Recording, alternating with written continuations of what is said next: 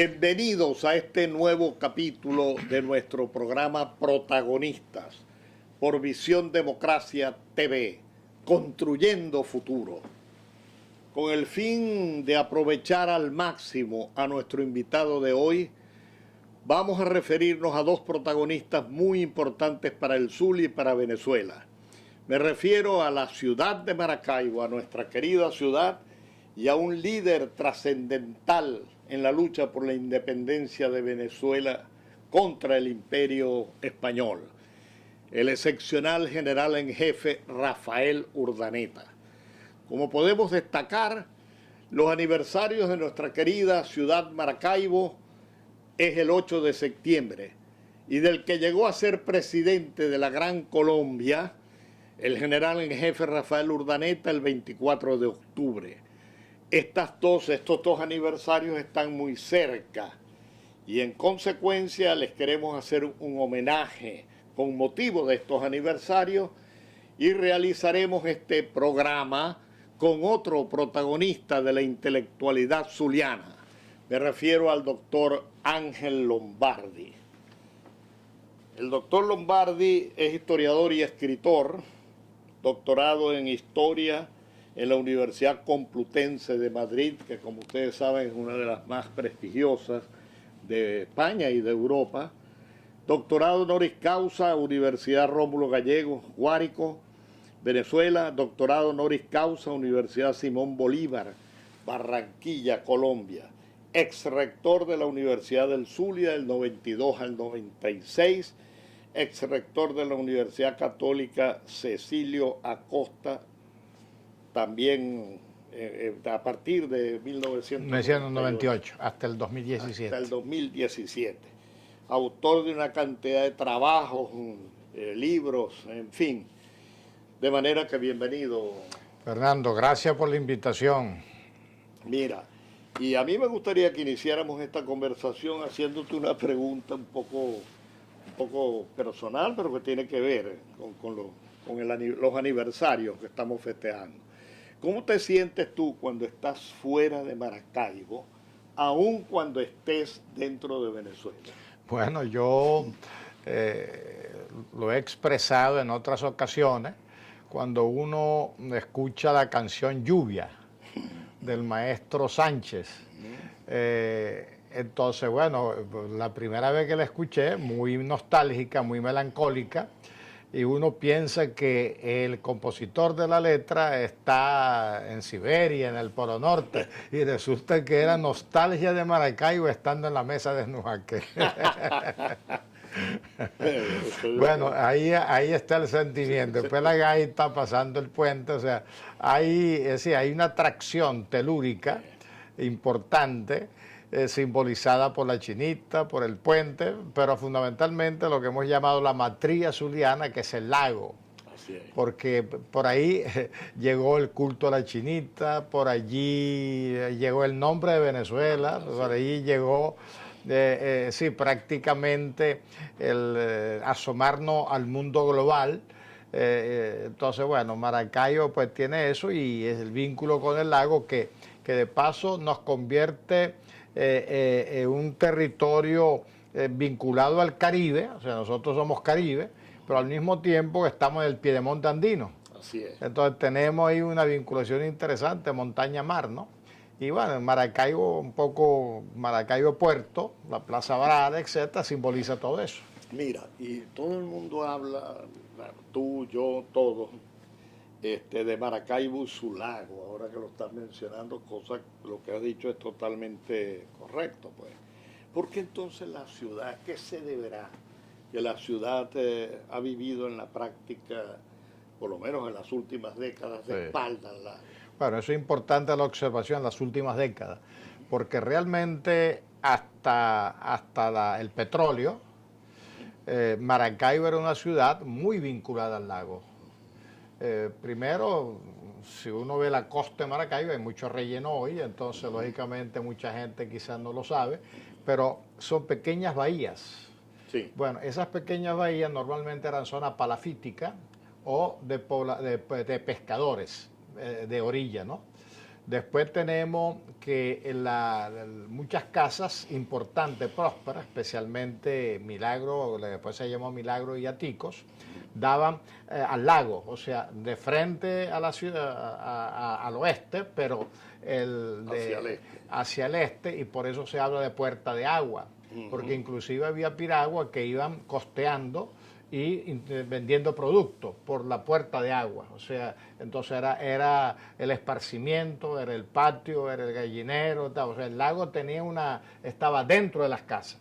En el caso de Losada, por ejemplo, una casa de Natico que lamentablemente tumbaron, como muchas cosas, llamada la Atlántida, daba al lado del lago. Entonces había una interconexión. Ahora, con el petróleo se creó otra dinámica. Recuerda que con la economía petrolera la ciudad se aleja del centro y empiezan en un corredor vial hacia La Limpia, Atico, Bellavista. Entonces ese alejamiento lógicamente creó y como no hubo una ordenanza que ordenara ese crecimiento urbano, entonces lógicamente la ciudad petrolera sí le dio la espalda al lago. Le agradezco la explicación porque dijiste una cantidad de cosas y de detalles que te confieso uno mismo desconocía, a pesar de que la familia, cuando éramos adolescentes, nos bañábamos en el lago, allí en el Club Alianza y en otras partes de la orilla del Milagro.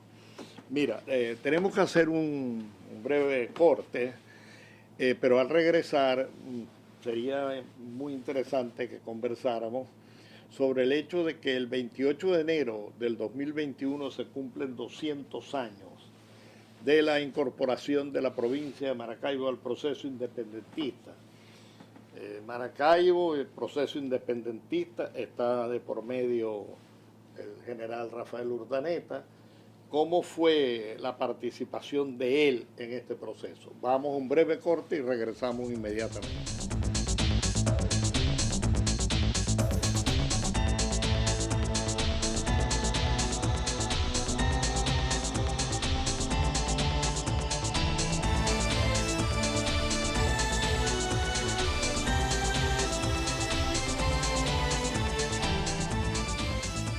Estamos conversando con el doctor Ángel Lombardi,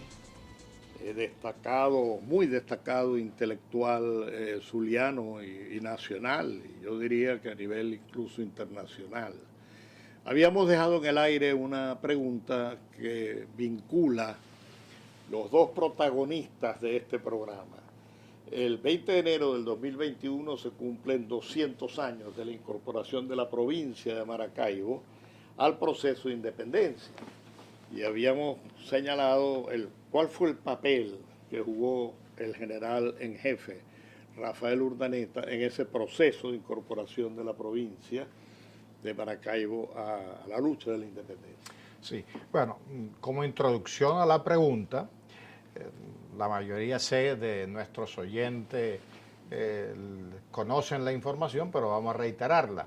O sea, Urdaneta, maravino, zuliano, él se ausenta de la ciudad a los 16 años, va a Bogotá, tenía un tío allá y sus estudios los continuó allá, ¿no? Entonces, cuando estalla la independencia, el proceso, 1810, 1811, él está en Bogotá, que en aquella época no se llamaba Colombia, o sea, era la Nueva Granada. Nueva Granada. Sí. Entonces, Bolívar, recuerden que su estrategia implicaba en paralelo la independencia de la Nueva Granada con la independencia de Venezuela. De hecho, cuando él es derrotado en Venezuela o cuando cae la Primera República, se refugia en Nueva Granada y desde allí articula la campaña admirable, etcétera, etcétera. Entonces, bueno, Urdaneta muy tempranamente se incorpora a este esfuerzo de independencia y muy destacado, evidentemente. Tan destacado que, como tú decías, llegó a la presidencia de la Gran Colombia y era uno de los hombres de confianza que conservó la confianza del Libertador por su lealtad, porque otros la fueron perdiendo porque entraron en discordia política con lo que planteaba Bolívar, ¿no? Entonces, lógicamente, como el Zulia se rezaga en su incorporación al proceso independentista, un rezago que tiene una explicación geoeconómica muy sencilla. O sea, el Zulia siempre formó parte más de un territorio propio, lo que llaman los alemanes Hinterland, o sea, una zona económica en donde el puerto servía de articulador, el puerto de Maracaibo, desde el siglo XVII, la economía del tabaco, de Barinas la subían a la montaña y después la bajaban por el lago y la sacaban afuera, ¿no? De contrabando la mayor parte. Después la economía del café, todo el hinterland, la zona económica cafetalera andina, incluido el norte de Santander, en Colombia, ¿no? Entonces, lógicamente, cuando había que presionar para que el Zulia se incorporara, ¿quién más indicado que el propio Urdaneta? Claro. Que tenía familia aquí, era de aquí, generaba confianza y ya tenía una trayectoria. Entonces yo diría que él fue un articulador natural de la incorporación del Zulia, que se dio cuenta realmente que a pesar del regionalismo y sus intereses económicos que eran más allá de Venezuela, formaba parte de Venezuela. Entonces, bueno, fue, diríamos, el articulador fundamental, claro, claro, de ese proceso. Mire, y además, hablando del general Rafael Urdaneta, el próximo 24 de octubre se cumplen 232 años del natalicio de él. Sí. Yo creo que es bien oportuno precisar y comentar qué lecciones podríamos nosotros sacar de su vida y de su acción, de sus vivencias, trasladándolas al presente venezolano. Mira, normalmente cometemos un error cuando hablamos de la vigencia de alguien y bueno, y de pronto pretendemos que ideas del siglo XVIII son válidas en el siglo XX o XXI. Eso es un error. Pero a nivel de modelaje, claro, porque, de modelaje, entonces fue un hombre que realmente, primero, el compromiso, o sea, no fue un hombre ausente del compromiso político. Y eso es permanente. Claro, eso es permanente. Por eso te digo, o sea, el compromiso político con su tierra, su patria, la causa de la libertad, etcétera, y evidentemente hacerlo con el máximo esfuerzo, la máxima dedicación, en uso de todos sus talentos, y la lealtad, que en política tú sabes muy bien que muy escasa, para no decir que es inexistente. De hecho, Bolívar, tan exitoso al final de su vida, los únicos dos leales de los importantes que le quedaron fueron Sucre y Urdaneta, ¿no? Los dos extremos del país. Así es, ¿no?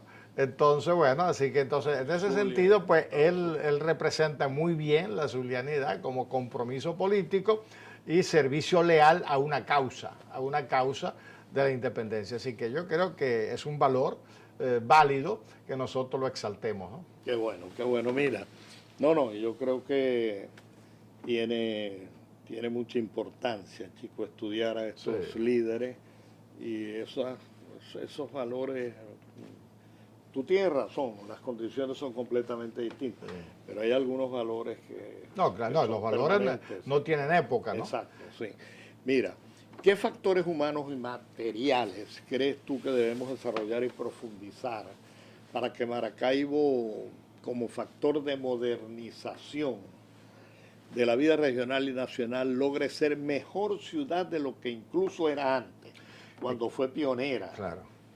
Bueno, que esa es la idea. La idea es no compararse con el pasado. Así es. La idea Tiene que ser mejor. La idea es reinventarse y continuar, porque el tiempo del hombre es presente, futuro. Eso es correcto. Del pasado, aprendizajes, y normalmente aprendizajes para no repetir errores, ¿no?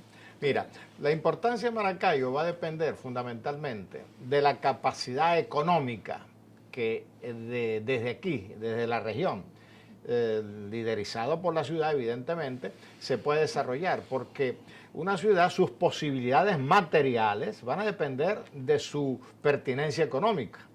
La primera pertinencia económica que a mi juicio no hemos explotado en el siglo XX es el puerto. O sea, Maracaibo es un sitio de entrada y salida natural de la mitad de Venezuela y parte de Colombia para el Caribe. Sí, de la zona inclusive, con esto termino, alguien me comentó una vez de que el proyecto de puente aéreo entre Sur y Norteamérica que está cumpliendo Panamá, se pensó en Maracaibo, pero por nuestras problemáticas políticas y la inestabilidad se desechó. Nosotros somos el puente natural de comunicación norte-sur del continente y el Caribe con el resto del país, con parte de Colombia.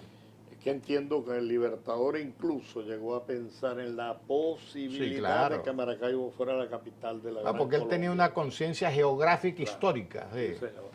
Mira, vamos a tener que ir a un corte y muy pronto, en segundos, estamos de nuevo conversando aquí. Pero te quiero hacer ahora, dejar en el aire una pregunta, ¿no? Un poco distinta. Cuando el colegio, nuestro querido Colegio Gonzaga, se mudó del Milagro para el barrio, Sí. una gran cantidad de padres, ya tienen casi más de 40 años en el barrio, no quisieron que sus hijos fueran a estudiar allá. Impactó mucho el caso tuyo, que todos tus hijos fueron a estudiar al colegio en el barrio. Y mis ¿no? 4 sobrinos, Y tus que yo 4 era sobrinos. responsable de ellos. Y por cierto, en la familia mi sobrino y ahijado, hijo de Heraclo y Estela, también. Entonces, me gustaría saber, porque tiene que ver mucho con la intimidad de cada quien, qué hizo que tú tomaras esa decisión. Vamos a un brevísimo corte y volvemos inmediatamente.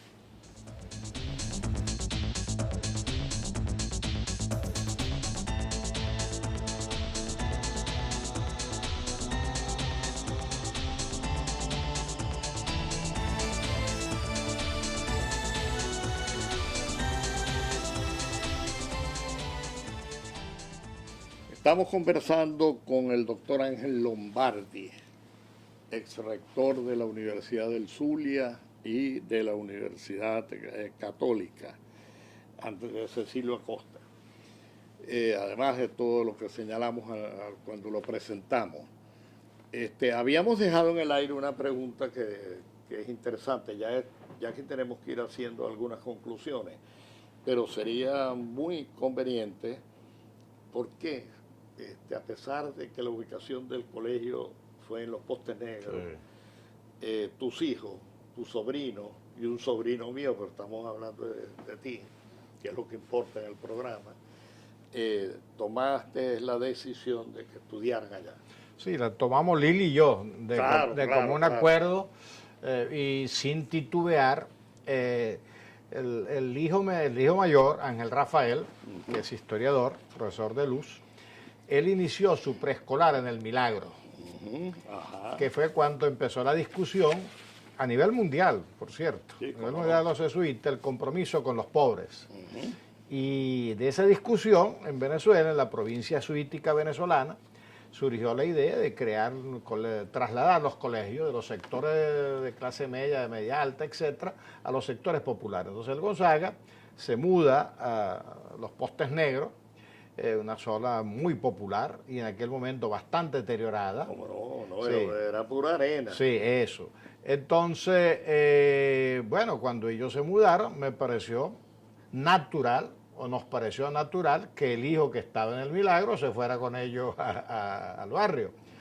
Y una vez que estaban allí, a medida que los otros hermanos ingresaban al sistema escolar, en el Gonzaga. O sea, entonces no hubo ninguna duda de que era conveniente, porque además era una manera de una educación mucho más integral. Porque normalmente cuando a ti te encierran en un colegio de niñas o de niños y en ciertos sectores prósperos, tú te olvidas del 80% del país, el 90% del país. Vives en una burbuja. Es una burbuja, entonces nos pareció natural y siempre creímos que fue una decisión acertada. Y además, la pedagogía jesuítica nos gustaba mucho. ¿Cómo no? En el sentido que ellos insistían en la disciplina de la responsabilidad personal para estudiar. Por cada hora de clase, normalmente ellos aspiraban a que el estudiante estuviera 2 horas. ¿Cómo no? Una disciplina Sí. muy influida por la cuestión militar de Loyola. O sea, una buena formación intelectual y una buena formación social. Sí, cómo no. Mira, dentro de las conclusiones a las que podíamos llegar, ¿qué crees tú que debe hacer Maracaibo para avanzar hacia lo que deben ser las ciudades inteligentes del futuro? Claro. Que tú has trabajado, has tenido vinculación Sí, con claro. ese tema. Mira, tú sabes que yo, cuando hablamos de élites, concepto sociológico, normalmente pensamos que la élite es el grupo dominante, político, económico, social, ¿no? Pero resulta que hay un aspecto del concepto élite que normalmente en Venezuela no existe. Una élite es un grupo humano con posiciones de influencia política, económica, académica, etcétera, que tiene visión de largo plazo. Mientras que las élites nuestras son gente que por X circunstancias se enriqueció o ocupa cargos importantes, pero su visión es de corto plazo y de enriquecimiento personal casi siempre. Y rápido, bueno, corto Y plazo. familiar. Entonces, lógicamente, si no tenemos una élite, y cuando decimos élite ilustrada, realmente estamos pensando en eso, no que sean ignorantes o no, sino que tengan visión de largo plazo y además visión de ciudad, de comunidad, de estado, de país, porque si no, no pasamos a ser pulperos. Entonces, es fundamental aprovechar la situación geográfica, aprovechar la tradición portuaria y aprovechar el desarrollo de una élite responsable con visión de futuro. Para avanzar hacia lo que ahora llaman ciudades inteligentes. ¿No? Sí. Yo no sé qué opinas tú, me lo imagino, pero no sé. Yo creo que mientras exista pobreza, hambre, suciedad e inseguridad, ninguna ciudad del mundo será próspera ni feliz, ¿no? Por lo tanto, creo que es fundamental que los integrantes de la ciudad y del país busquen liderazgos que sean capaces de corregir estas anomalías. Sí, claro. Ahora, una ciudad por sí misma, imposible que modifique la estructura social del país. Claro. O sea, que la pobreza no se ubique en Maracaibo y Cabima y en Caracas, y en Caracas, sino que es general. Entonces, tiene que haber un modelo de desarrollo nacional, integrado en la economía moderna, descentralizado. Claro. Entonces, ese punto es clave. Claro. Porque a nivel profesional en Venezuela tenemos ya la gente competente. Mira, si tú quieres diseñar la ciudad del siglo XXV, aquí hay gente preparada para eso. La Facultad de Arquitectura nuestra es buena, el profesional venezolano es bueno. Entonces lo que necesitamos es estar claro hacia dónde queremos ir y cómo queremos ir. Y eso es liderazgo. ¿Sabes? Claro. Y cómo influir en el ánimo de la Sí. gente. Bueno, mira, yo creo que para relanzar a Venezuela a un futuro luminoso, deberíamos buscar la forma de que en el presente, adaptándonos a las circunstancias actuales, ese liderazgo combine aquellas cosas permanentes que tenía Urdaneta, que demostró ser un gran guerrero, por una parte, y tener un gran sentido ético de la vida y de la lucha. Enorme, un sentido ético tan grande de estar devolviendo los viáticos en el momento en que muere, diciéndole a los hijos que devuelvan lo que sobraron de los viáticos en su viaje a París, ¿no? Entonces, si se lograra combinar en el liderazgo ese espíritu guerrero de lucha, pues, con ese sentido ético. Mira, definitivamente es importante. De hecho, yo creo que el valor humano realmente radica en eso. O sea, si uno es mejor persona o peor persona. Y eso tiene que ver con dos aspectos. El aspecto moral personal, o sea, que cada quien sea coherente entre lo que piensa, dice y hace, y una ética social sustentado en la ley. Porque el problema nuestro realmente no es la tentación, sino que tú caes en la tentación y hay impunidad. Exacto. O sea, decir que no hay ladrones en la administración pública, ningún país del mundo se salva, ninguno. Claro.